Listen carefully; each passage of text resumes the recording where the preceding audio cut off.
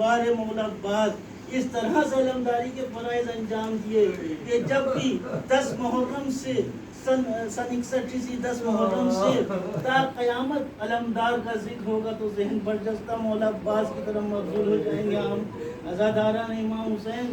آج 8 محرم ہے, قیام حسینی سے 2 دن سے الاتش کی آوازیں آ رہی ہیں. 7 محرم سے پانی قیام حسینی میں ختم ہو گیا. یہ غلط ہے کہ فوج یزیدی نے 7 محرم سے پانی بند کیا. نہیں, جس دن خیمے ترائی سے ہٹائے گئے اس دن سے پانی بند تھا. اتنا ذخیرہ تھا کہ وہ 3 دن چلا, لیکن وہ 3 دن سے بچوں نے پیا, بڑوں نے بہت پہلے سے پانی پینا بند کر دیا تھا. کوئی نہیں کہہ سکتا کہ مولا حسین کتنے پیاسے تھے 10 محرم کو. کوئی نہیں کہہ سکتا کہ عباس کتنے پیاسے تھے.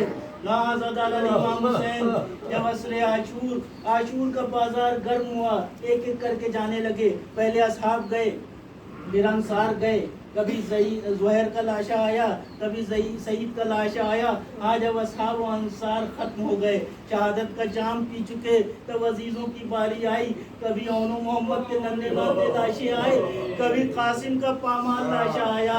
آزاداران امام حسین بس آتے ہیں جب کوئی نہیں رہا. تاریخ کہتی صرف علی اکبر اور عباس فوج حسینی میں باقی رہ گئے. تب مولا عباس آتے ہیں کہ مولا مجھے مرنے کی اجازت دیجیے. امام حسین عجیب فطرہ کہتے ہیں عباس میں تمہیں کیسے مرنے کی اجازت دوں, تم تو میرے لشکر کے علمدار ہو, تمہیں میں کیسے مرنے کی یہ بھیج دوں. بس نظر یمین و شمالن, بس اب مولا عباس نے دائیں دیکھا بائیں دیکھا اور فرماتے ہیں عجیب فطرہ کہ مولا وہ لشکر ہی کہاں رہا جس کا میں علمدار تھا. جہاں لشکر گیا ہے وہاں علمداری کر لوں گا. لیکن تاریخ میں نہیں ملتا. تاریخ میں ملتا ہے کہ کسی بھی طرح, کیونکہ مولا حسین جانتے تھے کہ اگر عباس کو تلوار کی نگاہ کی اجازت دے دی تو پھر نقشہ پلٹ جائے گا. کوئی بھی ان کے سامنے نہیں ٹک سکتا. صرف عباس اس پورے لشکر کے لیے کافی ہیں.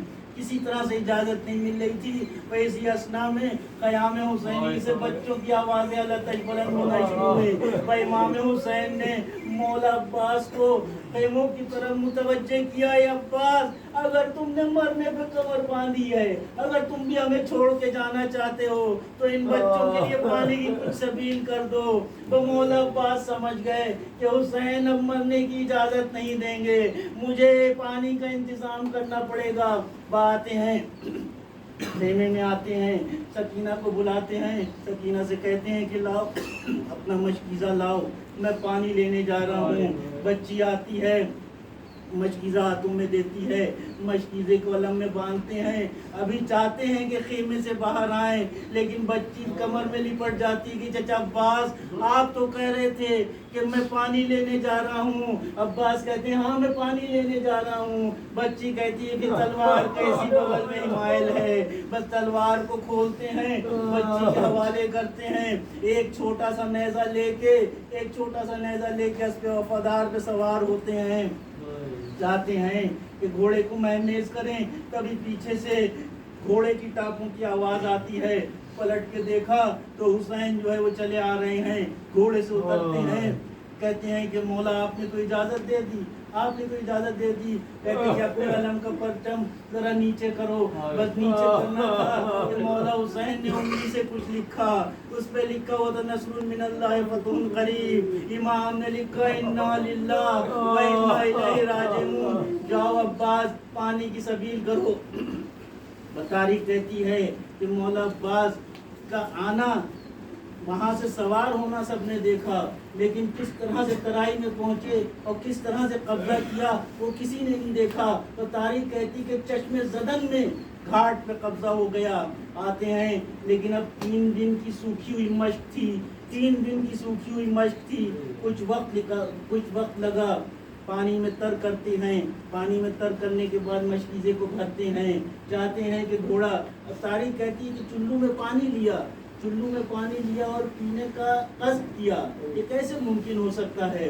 شاعر نے کہا کہ جب ہوا میں نمی محسوس کی عباس نے, جب ہوا میں نمی محسوس کی عباس نے، احتیاطاً سانس روک لی عباس نے. یہ ہو ہی نہیں سکتا کہ مولا عباس نے قصد کیا ہو.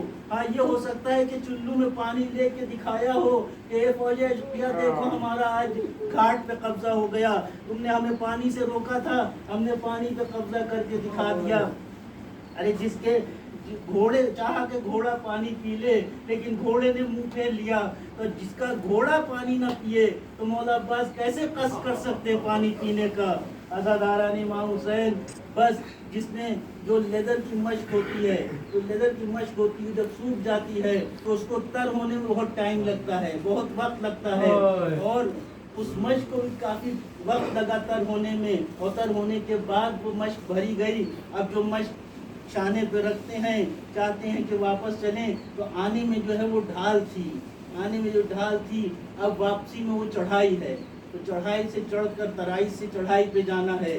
اب وہ بکھرا ہوا لشکر سمٹ کر آ گیا، اور عمر سعد نے اپنی رکابوں میں بلند ہو کے کہا کہ دیکھو خیام حسینی میں یہ مشق پہنچنا نہیں چاہیے ورنہ غضب ہو جائے گا. ہر جانب سے حملے ہونے لگے. مولا عباس جب آ رہے تھے تب کوئی ذمہ داری نہیں تھی، صرف مشق اور علم تھا، مشق بھری ہوئی نہیں تھی. لیکن اب واپس جا رہے ہیں تو مشق بھری ہوئی ہے، اور مشق کو بچانا بھی ہے کہ کہیں کوئی تیر نہ لگ جائے، کہیں کوئی تلوار نہ مار دے. تو اب ذرا انصاف سے بتائیے کہ مولا عباس نے جب مشق کو چھپایا ہوگا تو جنگ کیسے کی ہوگی؟ جو بھی تیر آ رہا ہے، جو بھی تلوار چل رہی ہے، وہ مولا عباس کے جسم پہ چل رہی ہے، مولا عباس کا جسم کٹ رہا ہے، لیکن دونوں ہاتھوں سے مشق کو بچائے ہوئے ہیں. چہار جانب سے حملے ہو رہے ہیں. ایک کمیگاہ سے وار ہوا، عباس کا دایاں شانہ قلم ہوا. اب جناب سکینہ نے دیکھا کہ علم دائیں جانب کچھ جھکا لیکن پھر اٹھ گیا. ادھر یہ کمیگاہ سے وار ہوا، دایاں بازو قلم ہوا، دایاں بازو قلم ہوا. مولا عباس نے علم و مشکیزہ بائیں ہاتھ سے اٹھا لی. جنگ کرتے جا رہے ہیں لیکن مومنوں غضب ہو گیا، عزاداروں غضب ہو گیا. کسی کمی گاہ سے بائیں ہاتھ پہ وار ہوا، عباس کا بایاں ہاتھ بھی قلم ہو گیا. اب علم کوئی سنبھالنے والا نہیں ہے. عباس نے علم کی پرواہ نہیں کی، بس مشکیزے کے تسمے کو دانتوں سے دبا لیا، اور دونوں کٹے ہوئے ہاتھوں سے مشکیزے کو بچائے ہوئے ہیں کہ کسی طرح سے مشکیزہ خیام حسینی میں پہنچ جائے. بس اس کے بعد ایک ذاکر نے پڑھا، عراق میں عرب میں ایک ذاکر پڑھتے تھے کہ مولا عباس کے سر پہ گرز آہنی لگا.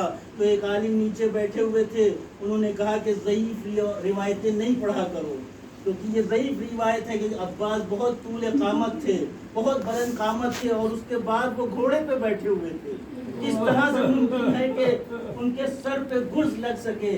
بس وہ عالم گھر پہ گئے اور رات میں سوئے تو کیا دیکھتے ہیں کہ مولا عباس خود خواب میں آئے ہیں اور کہتے ہیں کہ تجھے اس بات سے انکار ہے کہ میرے سر پہ گرز لگا. تو وہ عالم کہنے لگے کہ مجھے عقلی طور سے حیران ہے کہ کیسے آپ کے سر پہ گرز لگ سکتا ہے، کیا آپ اتنے طول قامت تھے اور گھوڑے پہ سوار تھے؟ بس عباس کے کلام سے خود ان کی زبانی ان کے مصائب سنیے. کہتے ہیں کہ جب تیر چل رہے تھے تو ایک تیر سنسناتا ہوا میری آنکھ میں لگا. ذرا انصاف سے بتائیے کہ اگر ایک ذرہ کسی آنکھ میں چلا جائے، کسی کی آنکھ میں ایک ذرہ چلا جائے تو جب تک نکل نہ جائے تب تک اس کو کتنی تکلیف ہوتی ہے، آپ خود مشاہدہ کریے. لیکن مولا عباس کے تو آنکھ میں تیر گیا تھا. بس کہتے ہیں کہ آنکھ میں تیر گیا اور اتنی شدید، اتنی اسپیڈ سے، اتنی تیزی سے آیا تھا کہ وہ آنکھ میں پیوست ہو گیا. میں نے سر کو جھٹکا دیا لیکن وہ تیر نہیں نکلا.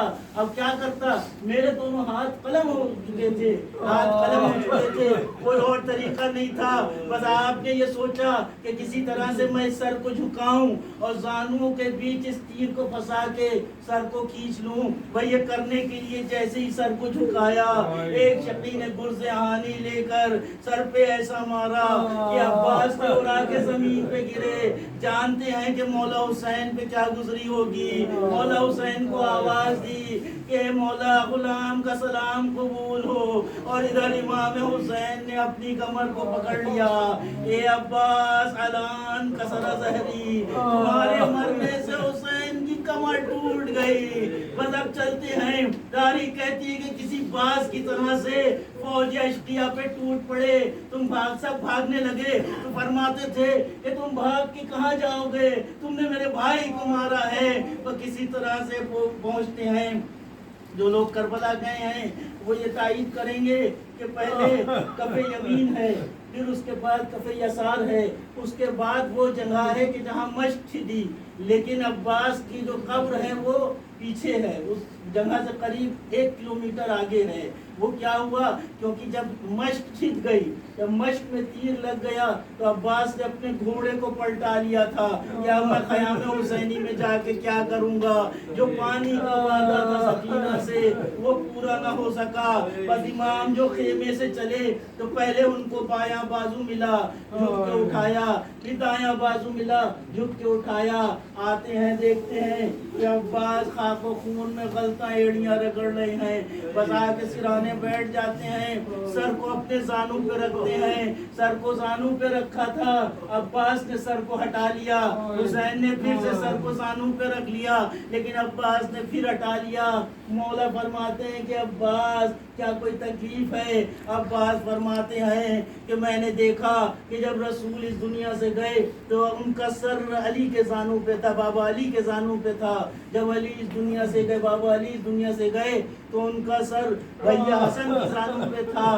جب بھیا حسن اس دنیا سے گئے تو ان کا سر آپ کے زانوں پہ تھا.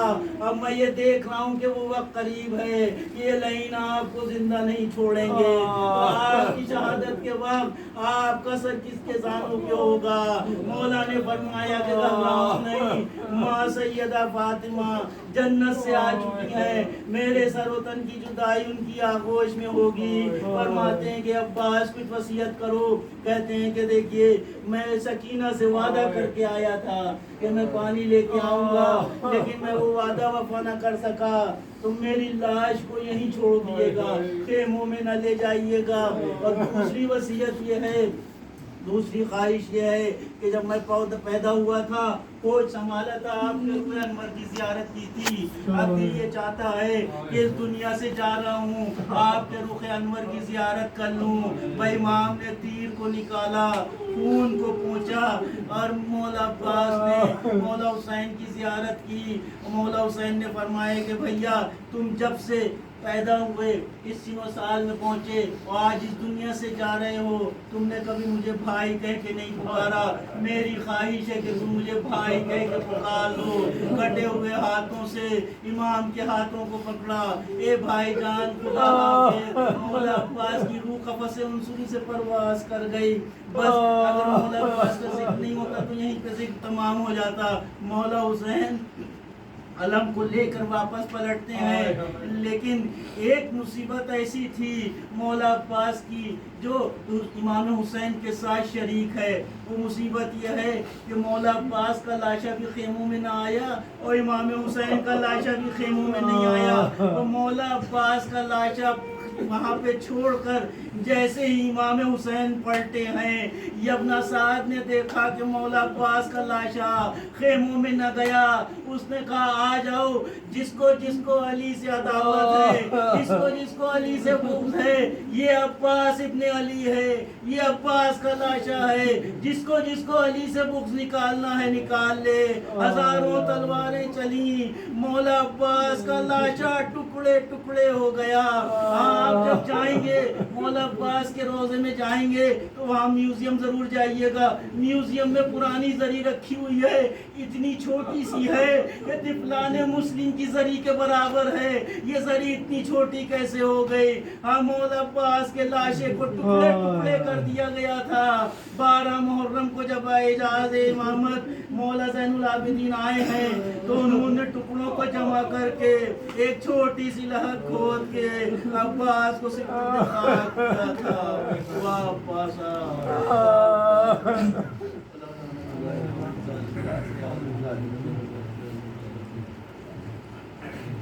ایک مرتبہ سورہ ہم 3 مرتبہ قل اللہ پڑھتا ہے. عید اکبر مسلم سراج خاتون میں سے